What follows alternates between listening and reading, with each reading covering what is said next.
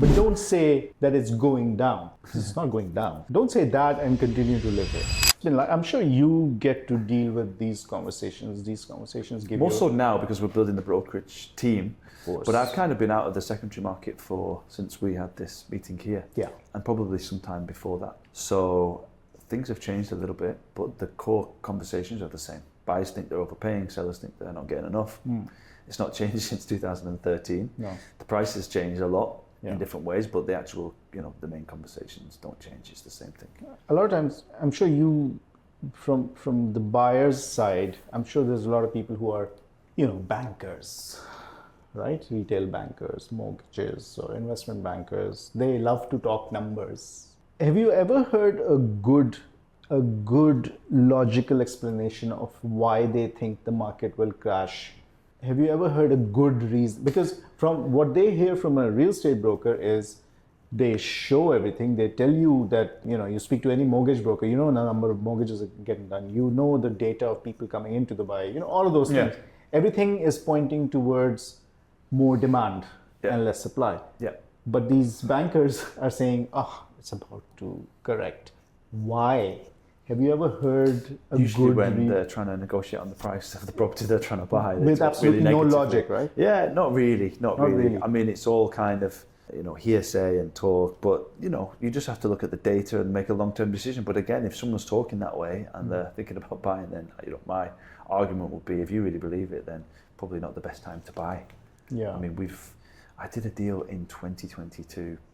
Summertime, and the guy was buying, he was a politician actually, quite a big guy, billionaire, and he was buying quite a large villa with me, and all he would do is constantly tell me how the market's about to crash. And the thing is, I'm not the seller, so I'm not the one that you need to be telling that. Yeah. But if you really believe it, don't buy. And again, it comes down to what's the plan. Well, we want to stay here for 5 to 10 years. Yeah.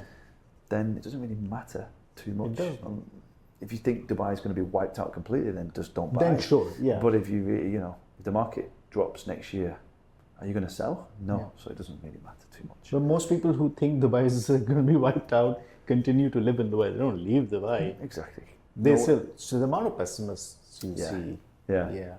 Not liking it, I get that. Not liking the lifestyle or whatever things that come with being in Dubai, I get that. But don't say that it's going down. It's not going down.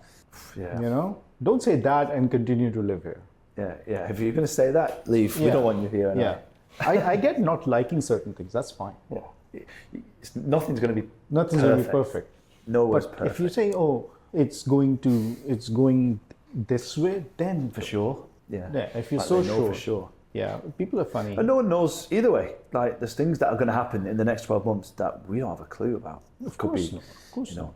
Issues around the world, situation in the States, there's going to be things that happen. So no one really knows. It's interesting to look at when the market was about to explode, sort of from 2020. Yeah. COVID. If you read the newspapers and the reports and what people were saying about Dubai, then you'd never buy in Dubai. You'd never buy, yeah.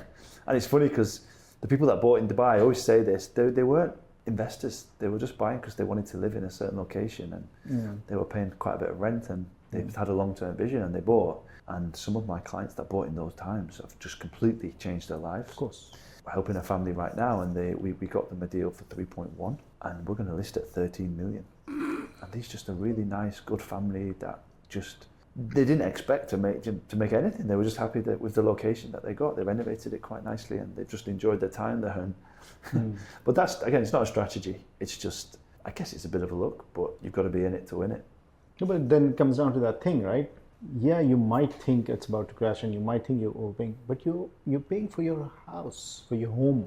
So pay for the home. Yeah. All right. Yeah. Forget the actual. Stop trying to Stop trying to win the market. If you want a home, pay for your home.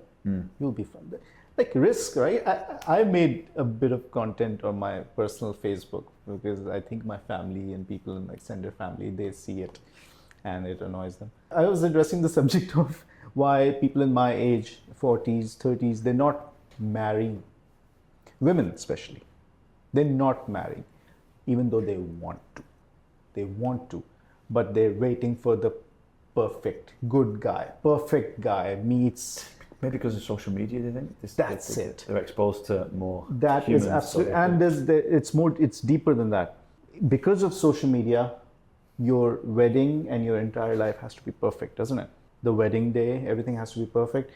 And because of social media, if the thing fails, you are failing in front of the entire world, right? Because of social media. Yeah. You will literally, so these people in these age, they're just waiting for the perfect guy because they don't want to fail in front of the entire world. That's what they're waiting for. And I feel that younger people in their 20s and 30s, they feel that way. And I say, no, your entire life is a risk. Everything is a risk, right? You have risks in your 60s, in your 50s, in your 70s, taking risks every day. Yeah. So there is no perfect guy or perfect property or perfect timing.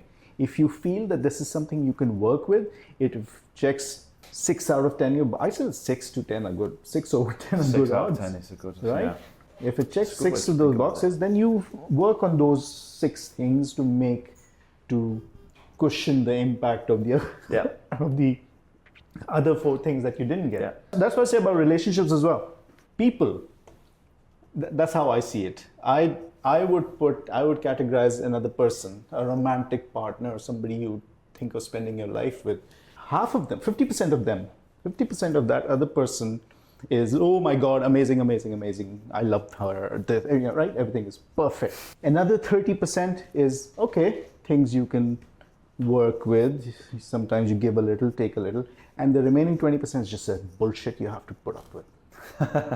Sometimes it's 20 give and take, 30 bullshit. Sometimes it's 30 give and take, 20 bullshit. On a day-to-day basis. But the whole thing kind of remains the same. And that's every single person. I don't think that changes in any person. Half of them, amazing. Yeah. A little bit is, okay, work with it. 20% is bullshit. You're just not going to like it. It's just, you're not going to like it. You're never going to like it. But, well, you also have those things. You also have your bullshit. You also have your, right?